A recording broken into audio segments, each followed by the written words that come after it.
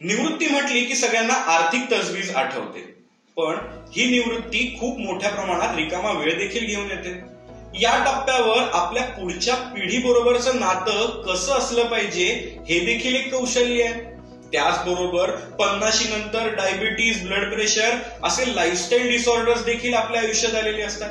आता ह्यांना 50 नंतरचे मित्र मानायचंय कशा थ्रू?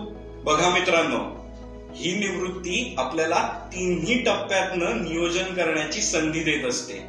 यामध्ये आर्थिक नियोजन कसं असलं पाहिजे, आपल्या भावनांवरचं नियंत्रण कसं असलं पाहिजे, आणि तिसरं म्हणजे प्रिव्हेंटिव्ह हेल्थ केअर या दृष्टिकोनातनं या सेकंड इनिंग कडे पाहणं, तरच ही तयारी परिपूर्ण होईल.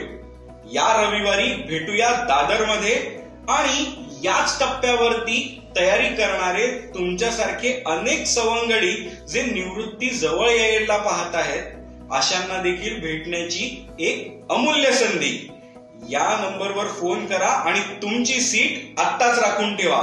भेटूया संवेदनच्या या खास उपक्रमात, निवृत्ती नियोजन तयारी सेकंड इनिंगची.